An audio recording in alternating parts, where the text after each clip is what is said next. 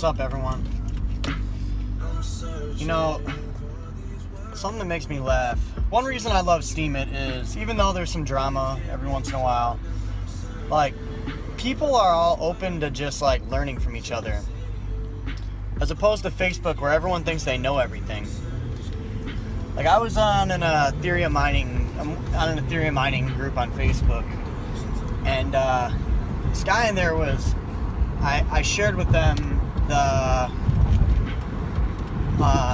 link to the notes from the latest dev meeting on Ethereum, and someone didn't want to read it, so I just typed out some of the key points, when things I shared on my last post, like when the difficulty is increasing from the dev side, how much it's going to be increasing, what that means to hash rates, what the total hash, network hash rate is currently, and all this stuff. And this kid begins to start arguing with me about it and saying I'm spreading FUD and Ethereum is the greatest cryptocurrency ever and it's gonna go to the moon. Just fucking watch, bro. You fucking watch, bro. Fucking Ethereum to the moon, dude. And I was like, I'm not spreading FUD, I'm giving you fact. And I'm like, you must not really understand how mining works, and that it's not just a way for people to earn money. Yeah, it's profitable because of the fees that you're being paid for helping support a network. But he didn't really understand that portion of it, the key portion, supporting a network. And after arguing with me a little bit and me continuing to just tell him, listen, you really don't know what you're talking about. You sound silly. And I will happily consult you for free or give you some advice or some pointers if you need any help. And then he's like, well, I don't mind. What the fuck are you arguing with me for in an Ethereum mining group if you've never mined or you're not mining Ethereum? You have no idea what you're talking about. You don't even know what the purpose of mining is. So it just made me laugh because so many people just think that they're experts on something because they've been involved for a month or involved for 2 months or their friends involved. Or listen, I've been involved in crypto for we'll just say about 4 years.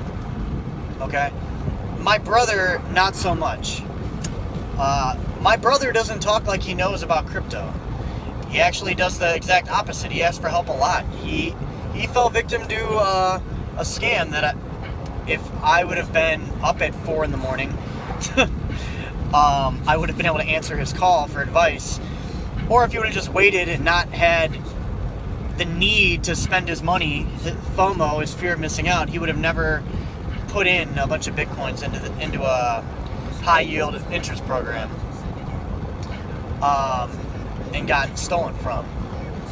And one part that kind of pisses me off is that the person who did it, we'll call him Ponzi Nick, he's refused to A, own up to it, B, apologize to any of the people that he let into the program.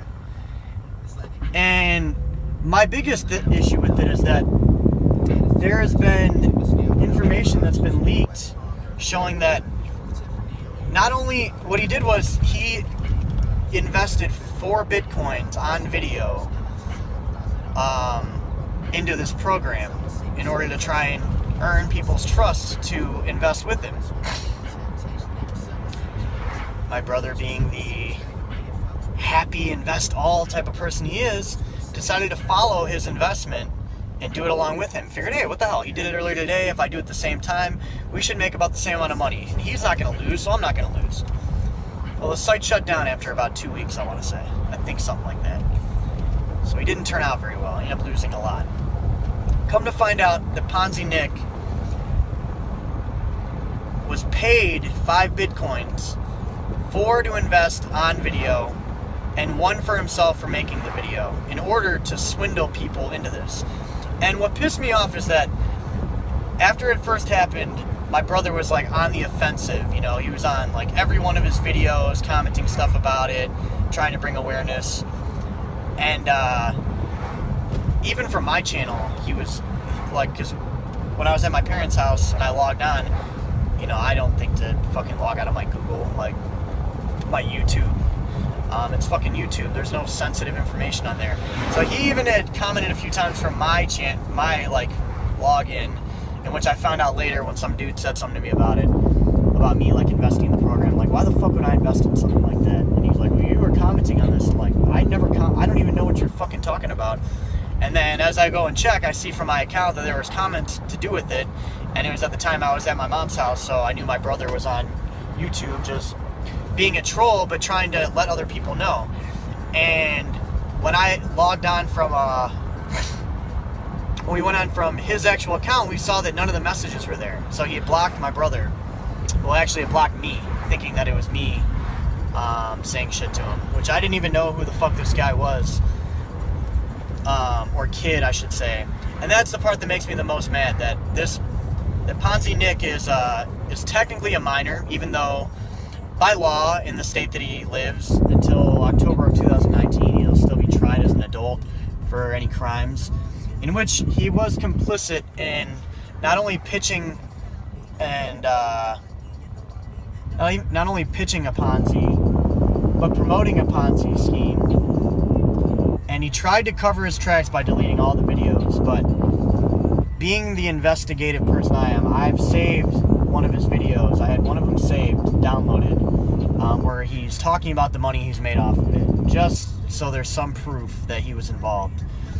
On top of that, through my online meddlings, I've managed to come across someone who has a conversation that I was able to get a copy of, where he admits to being paid the money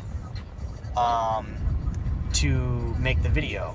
And that's the part that pisses me off, because now he's on here making videos about how he's made $44,000 in this long, and he's made $100,000 in this many months, and all this kind of shit. And it's like, you made that money by robbing people. And then the worst part is that you have other YouTubers who are heavy in crypto, and other people who support him who are like, oh, he's just a kid, he was taken advantage of. In which I told my brother at first too, I was like, you know what, he's young.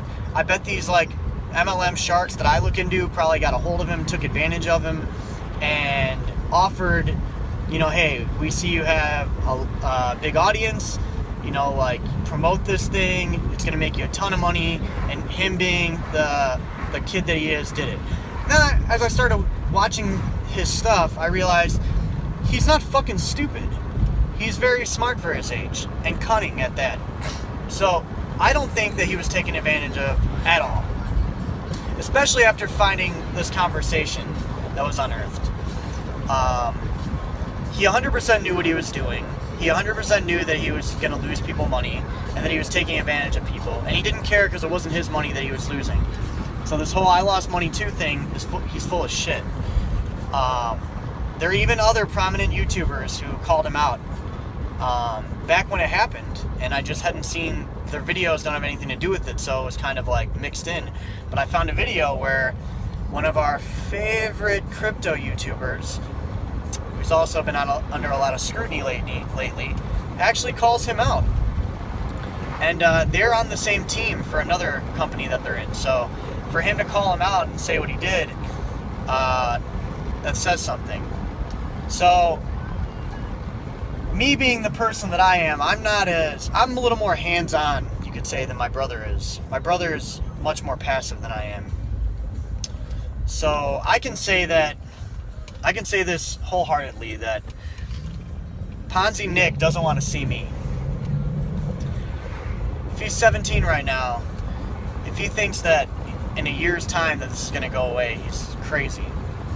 And in a year, when he becomes an adult, or maybe 2 years from now, eventually we will end up running into each other. And if he hasn't made amends with my brother and made things right, there's going to be an issue. There's going to be a problem, actually. See, I learned something a long time ago. If you have an issue, you make it an issue before it becomes a problem. My brother's tried to make his issue an issue with him, and he's continued to ignore him. he got back to him and said that he wanted to, like, participate in trying to get to the bottom of everything. And after he told him, he didn't even give him a name, he gave him a YouTube channel to look at of who introduced it to him. And I actually did a special on this guy. It was my last one where I was talking about crypto trade capital, and the guy pushing it was the guy that introduced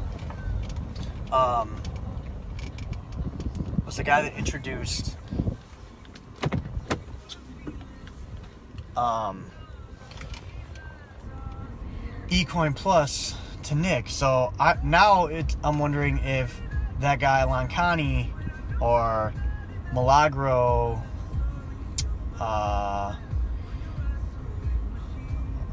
Milan, maybe that was his name, whatever the hell it is, if he's the one that actually paid Nick to do it because of all the money he's made and all these scams, or if someone that he knows paid him to do it. Either way, he needs to get in touch with my brother, alright, because he doesn't want to see me. He doesn't. And this shit ain't gonna fly. Especially, like I said, I kind of had his back and told my brother just to leave it. Karma will come around. And, you know, he's on the younger side, so it's a good chance he got taken advantage of. But after I found out that he knew what he was doing, that he knew he was going to scam people, and that he lives in the U.S., I want to give him, I know this will eventually get around to him, I want to give him the chance, before I take my evidence to some people that can do something about it, legally, I want to give him the chance to make amends and make it right. I want to give him the chance to reach back to my brother and fix the problems that he caused.